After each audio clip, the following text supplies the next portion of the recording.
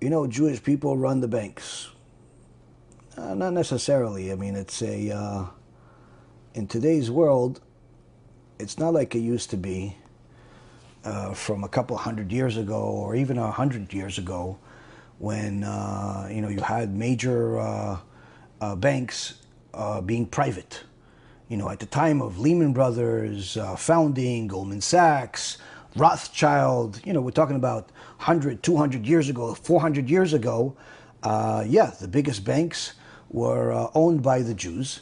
And in fact, these same Jews saved France, saved America, the French Revolution, the American Civil War. All of these were paid by Jews, and in fact, the Jewish lender that lent money to the United States never got his money back. So, just in case you guys don't know, your freedom in America is actually because of a Jew that never got his money back. So you kind of owe money, but nonetheless, a lot of things have changed in the last 100 years, where the biggest banks in the world have become public corporations, which means that nobody owns them.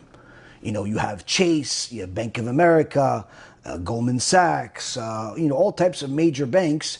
These banks are owned by investors. So if you have a little bit of money, you can actually buy a piece of those companies. Now, you're not obviously becoming a controlling owner, but you can own shares of those companies. So, and the reality is that if a person understands what a public company is, they realize that there is no such thing as the same thing today as there was back then. That's number one. The second thing is to understand that if the world was in accordance to the Jewish law, then the world would be a much better place. How do we know that? Simply look at all of the times where Jewish law, the Torah meaning, was the dominant force in the world. Whether it was at the time of Moshe Rabbeinu, you see how the world started following what we did. They started becoming monotheistic instead of idol worshippers. They started constructing rules for themselves instead of just being barbarians. Things changed. We brought monotheism, we brought civilization, we brought all of the wisdoms of the world came from our Torah. Furthermore, the other religions, whether it be Christianity or Islam, these are in essence something that started as a result of our Torah, not despite our Torah.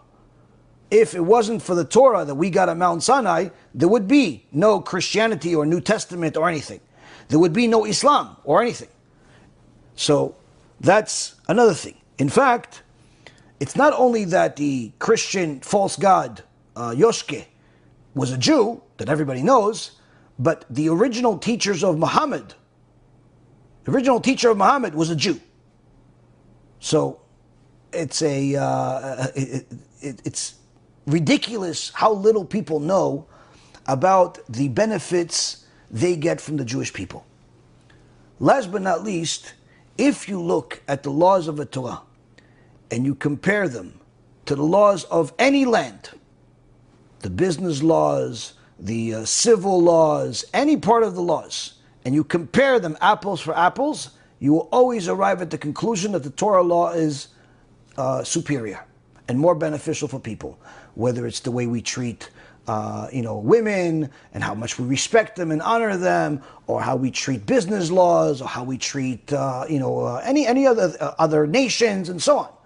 Now, the problem is that most people get their impression of the Jewish people not from the Torah, not from learning the Torah, but they get their impression of the Jewish people from either some anti-Semite that knows how to copy from the previous anti-Semites from previous generations and take parts of our Torah and distort them and tell people they say one thing when in reality they're saying something else.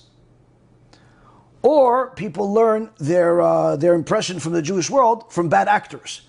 What's bad actors? Somebody that does not follow the Torah, but happens to be a Jew. And people say, oh, this guy, Bernie Madoff, he stole money. That means that all Jews are thieves. Bernie Madoff was a wicked, wicked person. He did not follow the Torah. He did not follow Judaism. The fact that he was born to Jewish parents does not make him a representation of the Jewish people. He did not follow the Jewish people. He hated Judaism. So to say that such a person like that or any of the other bad actors out there are a representation of Judaism is not only foolish, but it's just simply wrong. It's the same way that you cannot judge anything by bad actors. You can't judge all of the Muslim people based on bad actors. You can't judge all of the Chinese people based on bad actors. You can't judge anything based on bad actors. In fact, if let's say, for example, you were born into a family, and let's say you're a family of 6. You have 3 brothers and your parents. And you and 2 of your brothers are angels among men. But one of your brothers is a terrorist. One of your brothers is a horrible, horrible person. He rapes, he kills, he steals, he does every crime under the sun. Now, you're ready to go get married, and you find a nice girl. She comes from a good family, and she says, well, listen, my father wants to meet your family. And he wants to meet your brothers. And then he says, wait, look, his brother's a terrorist. His brother's a thief. His brother's a killer. I don't want you to marry him. What are you going to say? No, that's my brother, it's not me. He happens to be related to me, but we don't act the same way. He's going against my parents. He's going against our tradition. Don't judge me because of him. Why? Because it wouldn't be fair. So you already know that the Torah that we got from God, that's our rule book. People that follow that rule book are righteous Jews. They are the example of what Judaism is. They are the example of the Jewish people. People that do not follow that book are not a representation of the Jewish people. Simple.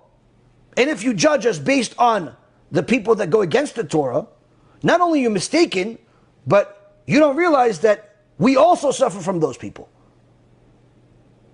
We also suffer from those bad Jews. So that's one of the things that people have to understand, and I think one of the best ways to understand is by empathizing, looking at your own situations, because there's no place that doesn't have a bad apple.